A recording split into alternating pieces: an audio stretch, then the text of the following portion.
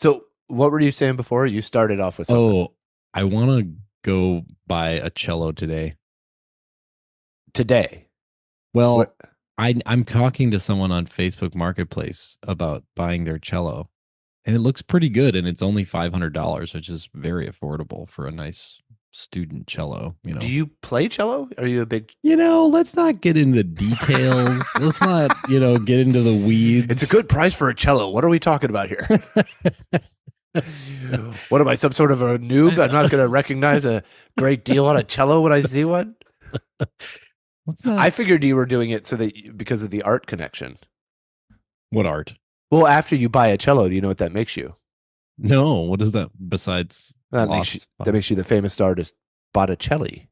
Botticelli. Oh my God. Botticelli, that's funny. Oh, that's so dumb. I'm sorry. Oh, I love that. That caught me off guard. That was deep. That's why I had to hit record. As soon as you said I bought a cello, I was like, how do I get this? That was where your first thing your mind went to? As soon as I heard you say the phrase Botticello, I was like, hey, we have to hit record right now so I can work my way to a Botticelli joke. Our lives are either working towards or away from a Botticelli joke. It's really true for me. It's the high point or low point of life. It's the apex and nadir of every day of my existence.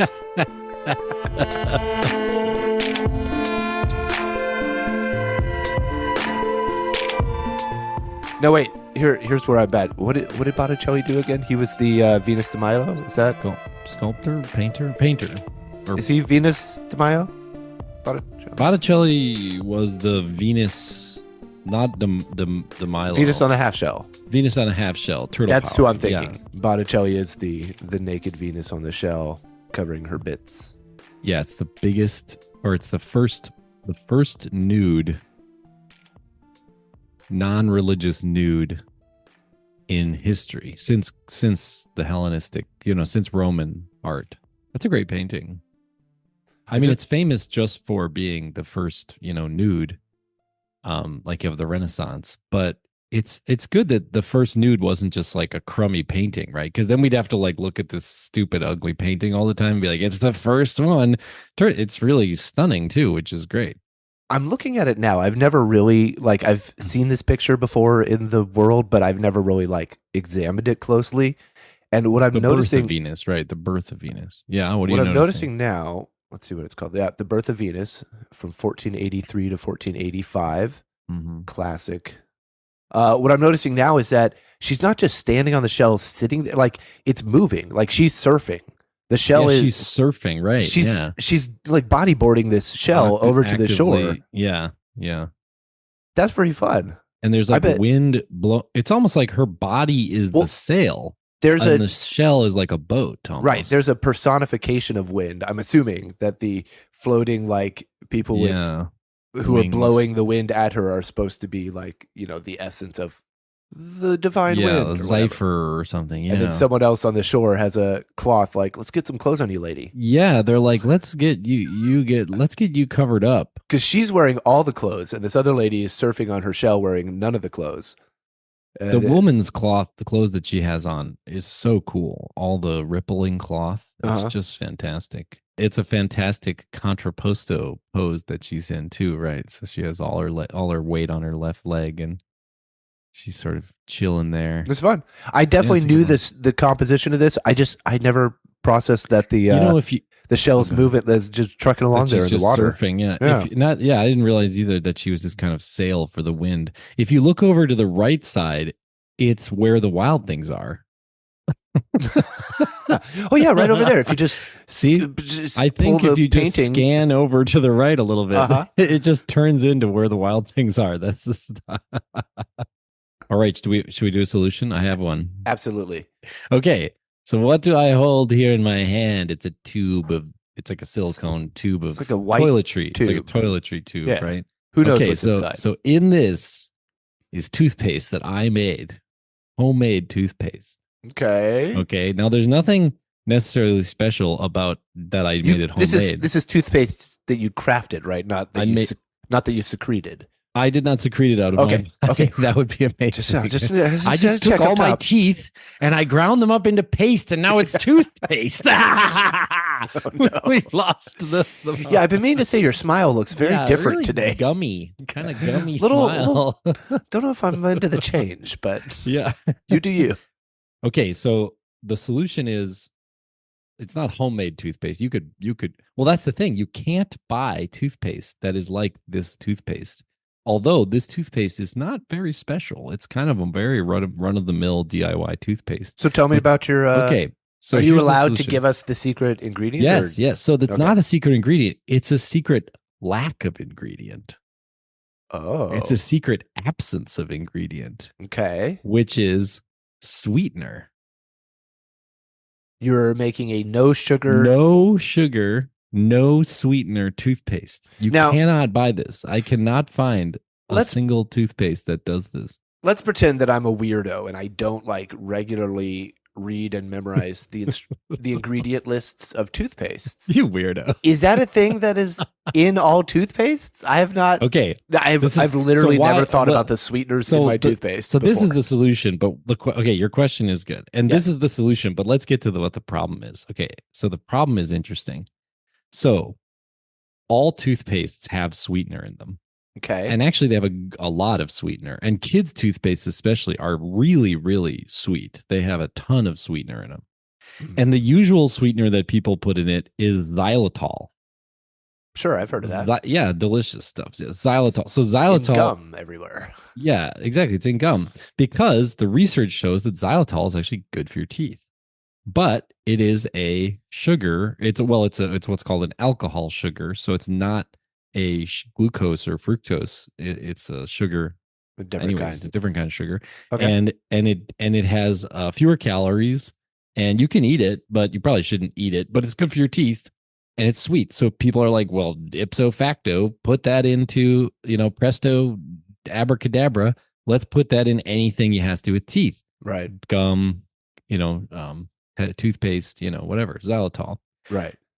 Other toothpastes also use like more natural toothpastes, still sweetened, but they use stevia because stevia is perceived as a natural sweetener because it's made out of the stevia leaf and it's just an extract of a leaf.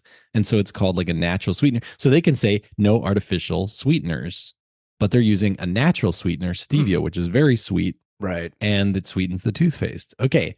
And everyone thinking about this, scientists across the board, are thinking, what's the harm in a sweetener that'll make the toothpaste sort of taste better, right? But won't feed the bacteria of your teeth, right? If you put sugar in it, that would be ridiculous because you'd be actually feeding the bacteria of your teeth sugar, so they would then grow more, multiply, and worse for your teeth to eat sugar, right? Or have sugar present in your mouth. Okay, so that is the end of the story for traditional scientists and toothpaste people, okay, and dentists and everybody. If you ask, this is what they say: there's no harm to having a sweet toothpaste as long as it's sweetened with an artificial or a non sucrose, non-glucose, non-fructose thing, because the bacteria won't eat it.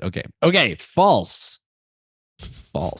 So it turns out there's research from artificial sweetened soda.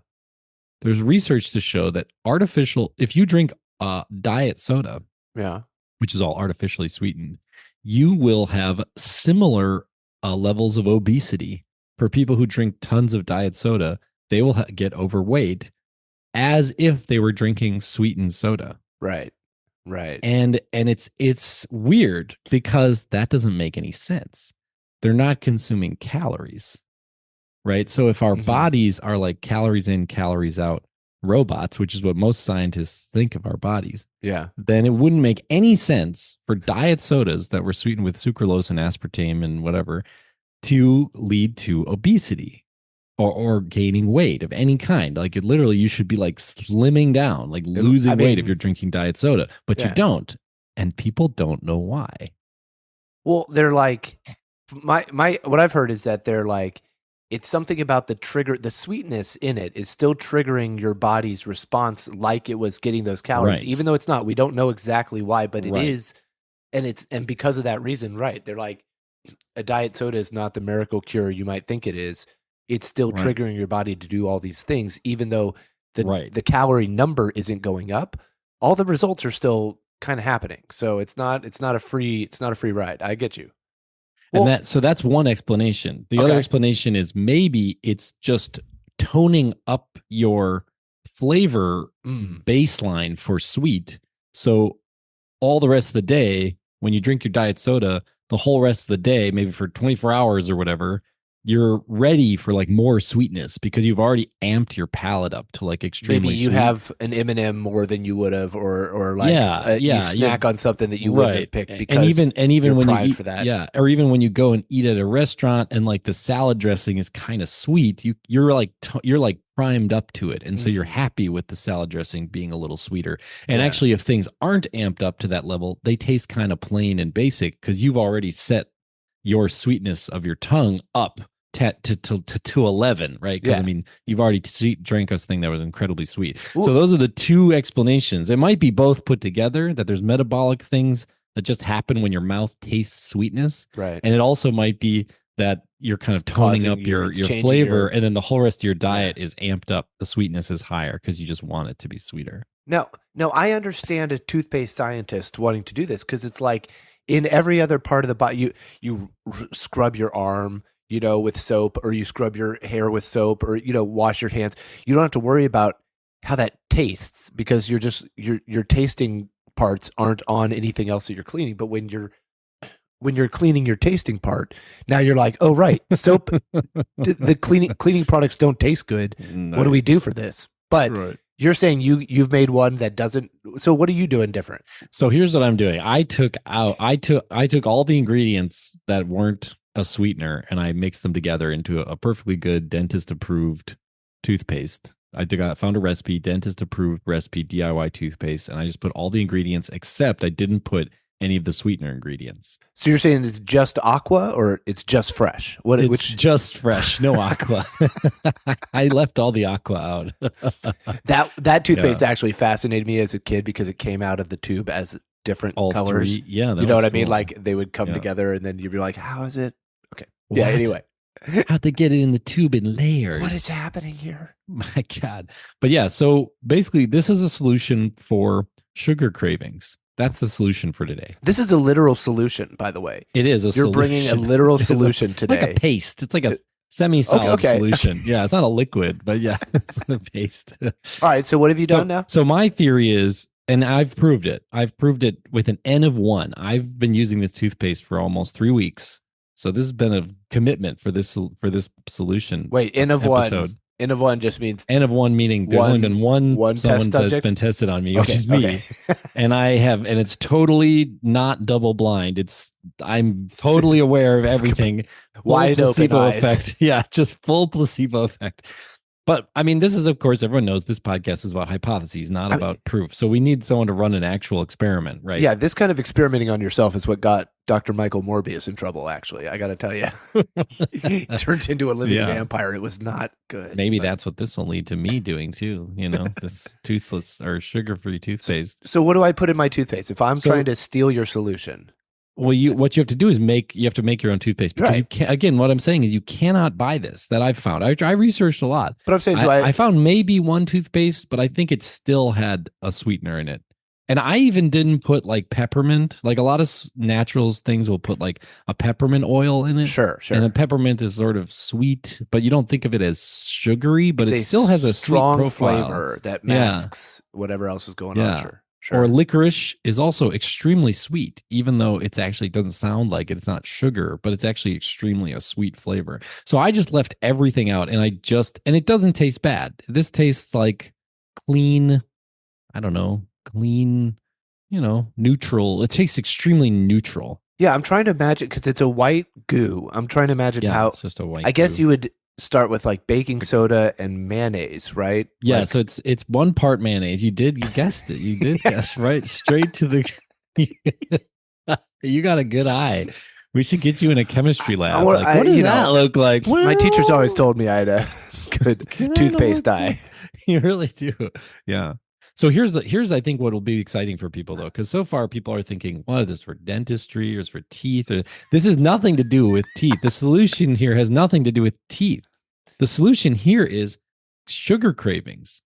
So I had for more than 10 years, for like 15 years, I've been like low sugar generally. At least low glycemic index. And we've talked about in this podcast before, like cutting sugar is a solution to lots of things. Especially, body, losing weight and being healthy and having worse days, feeling like less happiness. Less happiness. Sorry, what? Yep, what's that? Right, exactly. The best antidepressant we have is fructose. But so even though I've been having no sugar for so long, I still would have these like major sugar cravings, and I would feel like I couldn't really control myself. Like if I ate a cookie, I have these like cookies that I like to eat that are like high fiber cookies, but they're also a little bit sweet, and I just would like house like 5 or 7, like 7 of those in a day.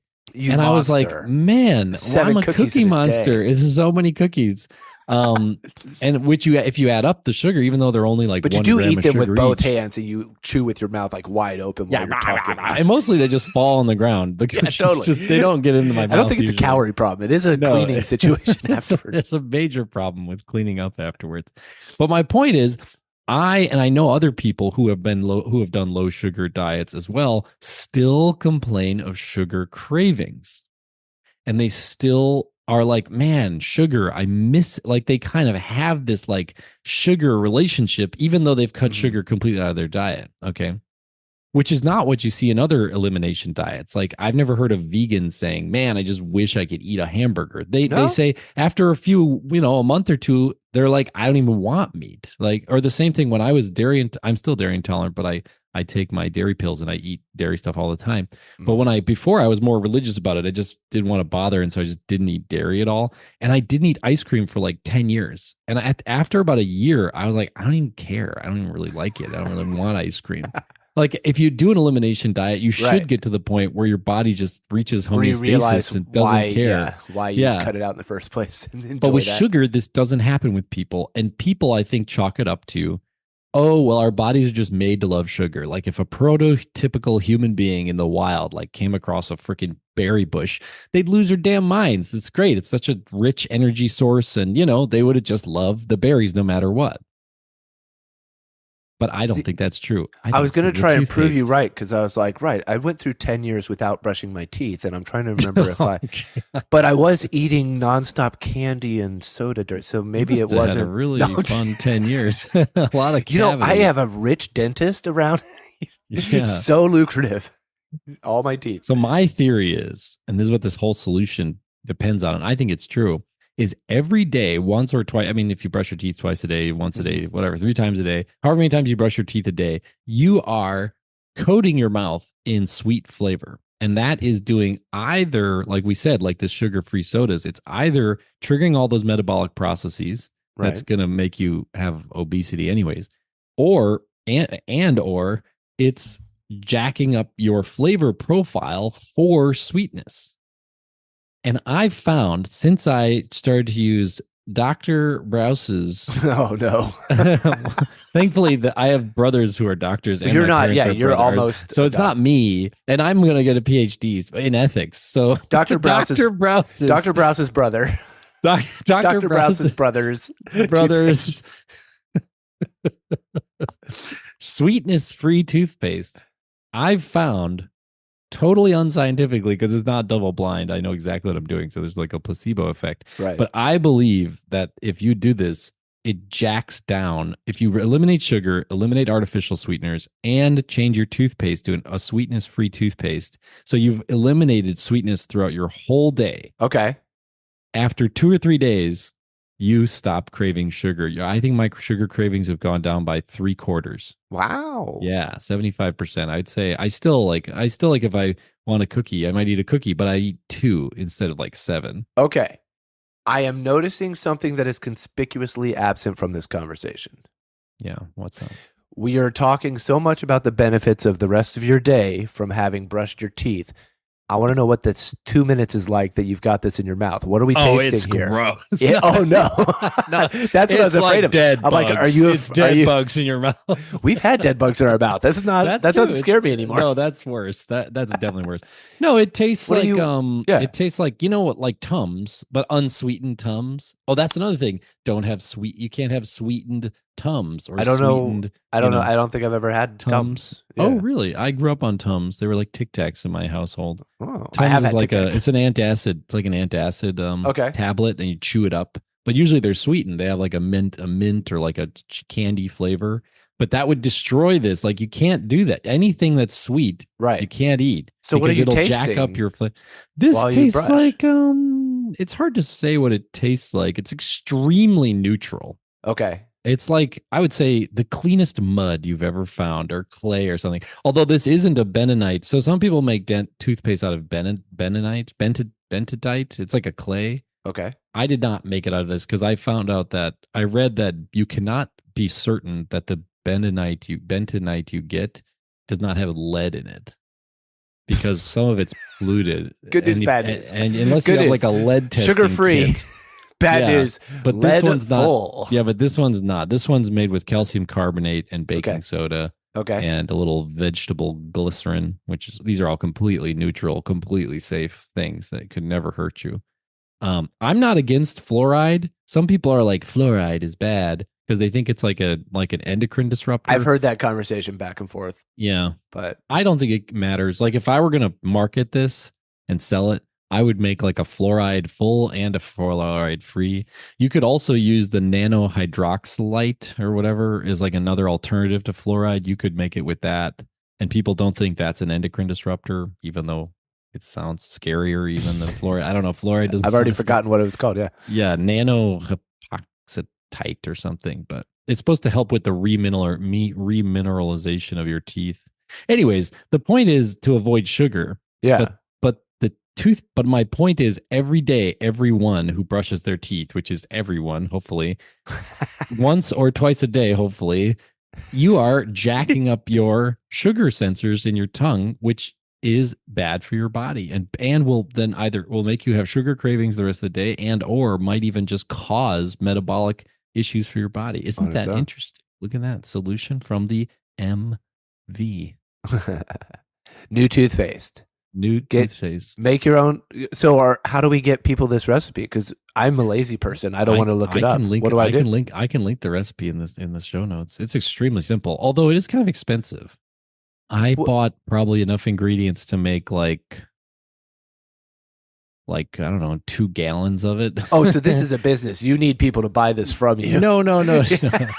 I'm saying, if you want to make your own, lab making giant toothpaste vats. And if you want to make your own, you have to commit to, the minimum size of ingredients that you need, like 3 grams of, is like a tube this big that costs $40. Whew. So you can't buy like little amounts of the chemicals you need to make it. Yeah, who are you, John Colgate? What are you trying to buy all your toothpaste?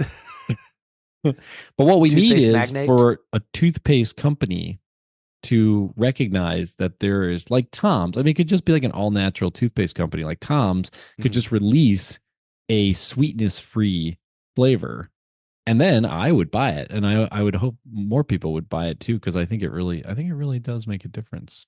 Okay. So how long are you going to continue? You've got 2 gallons of this now, so you're going to continue I have for a enough while. ingredients to make 2 gallons. I've only made this much, probably like 3 ounces. Was it a laborious process, or did you just like mix it up in a bowl? You just mix it up. It turns into like a paste, and then you like kind of mash it into this tube, and then it has. When I took it on a plane, all the like glycerin and water like separated out, and it became like a hard paste, and then it really didn't reincorporate. So I wouldn't take it on a plane. Well, you think that's just the altitude messing with it, or I think the pressure. The pressure like made it like go through like a separation process. But then since I brought it home again, it's gotten. And have you gotten any other test subjects to try out your paste, or is it just you so far? An N of 1. I was going to have my wife use it. It's got actually a really good consistency now. Adam is really opened the lid on his little travel bottle, and he's staring into it lovingly. It's like a silicone like a thing, proud so I can father. really mush it. Yeah. Good boy. Good boy. Look at what I have made. That's a good pig. That's a good pig. That's a good pig. Like Babe. Yeah, this is actually a really good paste now. It was a little bit wet when I first made it. But anyways, that's the solution. Very cool. Stay away from sugar. Make your own toothpaste. And either make your own toothpaste or let's get a little letter out to the companies and say, well, I should say too that I was also looking for protein powder because occasionally I'll have a protein powder. Almost all protein powders have stevia in them. Because it's perceived as it is healthy. Like they've studied stevia. It's healthy. It has health benefits. Well, like it's a vitamin. A straight shot of protein is not a tasty situation. So they've got to do something there. And they don't want to put sugar in it because everyone's like scared of sugar. Which actually, if you did it with glucose, it wouldn't be as bad, really, or even like low fructose, like we've talked about before, like right. low. But they're fructose. like, we want that calorie number to be 0, so stevia. Right, so they do stevia, but stevia is extremely sweet, sweeter than sugar. It's much sweeter than sugar, and so they make these ultra sweet tasting powders, which are supposed to be improving your health, right? Because they're these healthy protein shake things, but actually those people who use those protein shakes are going to end up with metabolic issues and with amped up taste buds for sweet, which are then going to hurt their health goals the rest of the day when they're trying to avoid sugar.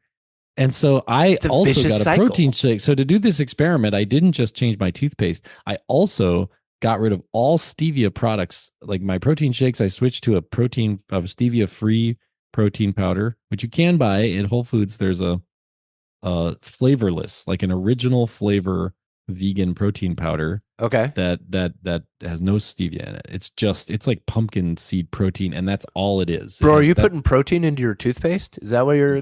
That's how I got these muscular teeth. That's how I got these. You got some buff teeth, dude. Really buff teeth. So I had to get rid of the stevia. I had from my protein powder. I also had to get rid of my toothpaste that had xylitol in it. And then I was looking for other secret sweeteners, Tums. I didn't realize until just now, secret sweetener. So I got to get original, no flavor Tums. You're on a mission to get rid of all sweets in your life. Because if you eliminate all sweets, then all the cravings go away because it becomes like a true elimination diet. And now I wouldn't like house cookies all day long, which would then help me reach my goals of my health goals, which like are, when you're blind, your other senses are heightened. Yes. And you can have Daredevil powers if you can just get rid of the sugar. I've also noticed that with sugar. So if you eliminate all these sweeteners that are everywhere around us completely, including toothpastes and medicines and protein powders and everything, then food has too much taste. If you eat like a bowl of rice, it's like a bowl of ice cream. It's too much. It's so good. No, It's great. Like imagine if you could eat a bowl of ice cream for dinner.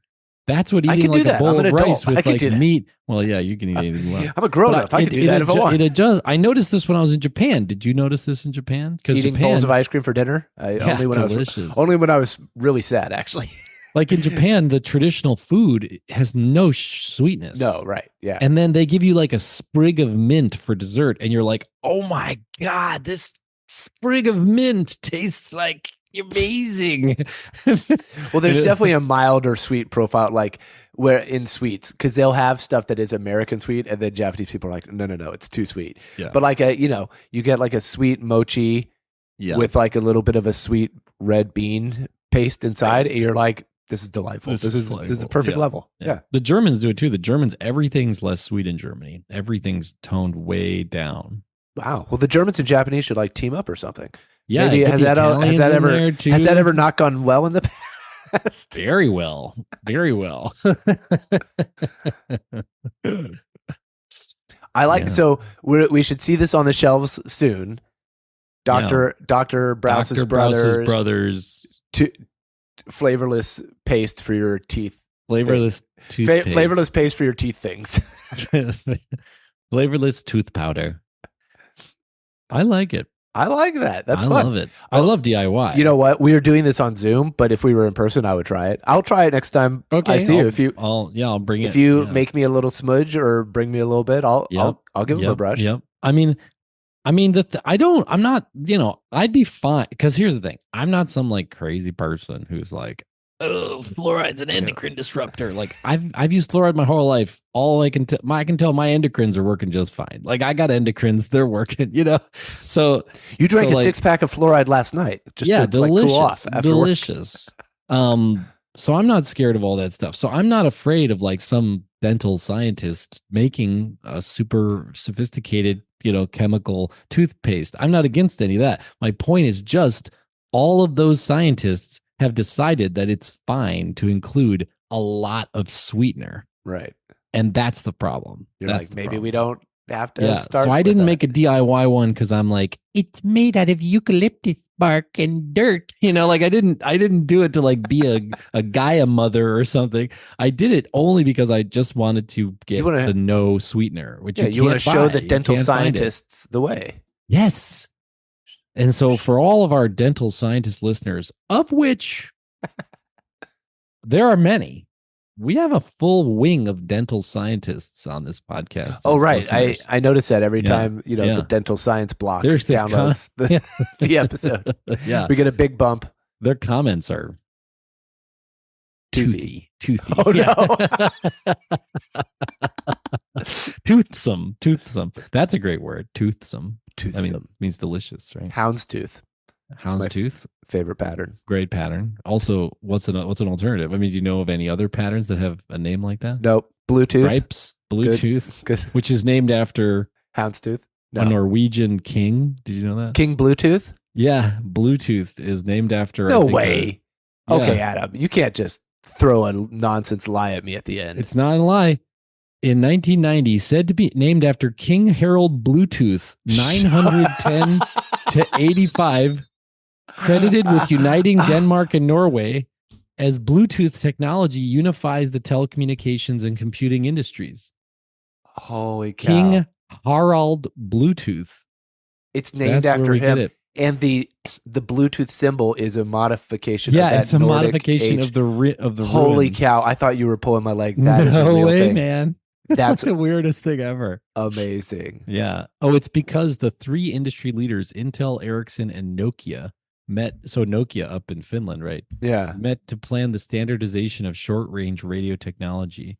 And during the meeting, some guy, Jim Kardach from Intel, suggested Bluetooth as a temporary code name. That's so Intel, wild. This guy from Intel. I'm just like, let's call it open. Bluetooth. I didn't even believe that. And then it was like, let's just keep calling it Bluetooth. All right. You want me to throw you an obscure king name? Bring it on. Okay. Nimrod? From the Bible? Call people Nimrod. Oh, Nimrod is an idiot? Yeah. Do you know King Nimrod? No. What he's famous for in the Bible and why he got... I know he's from the Bible, but I didn't know he was an idiot. King Nimrod's the guy who said, why don't we build a tower so tall it gets to heaven? This is the Tower of Babel story. That is the idea of King Nimrod. And a little bit of hubris. His lasting legacy is that people call each other Nimrod when they do something dumb. So there you go. It's not a great legacy. Trade a little king historical king facts with you. Yeah, that's pretty good historical king. Yeah, should we finish up? I love it. So, Toothpaste, everyone. Take all the sugar, take all the sweetener out of your whole diet and see if you stop getting sugar cravings. I think you'll see that it works. Go out to your not stores and don't buy the toothpaste that's not there because Adam has the only bottle of it. Or just don't brush your teeth at all. Ooh, that's good. Yes, don't brush your teeth. That's what we should be telling people. Yeah. Protected bike lanes and don't brush your teeth. That's the two messages of the pod. And we're starting a dentist office. So if you have any problems with that no toothbrushing, you can always come drop by this SFM dentistry. Come by for all your dental science needs and we will be happy to hook you up. All right, everybody. See you next time. Keep it climate-y. Indeed. Always. All right, bye.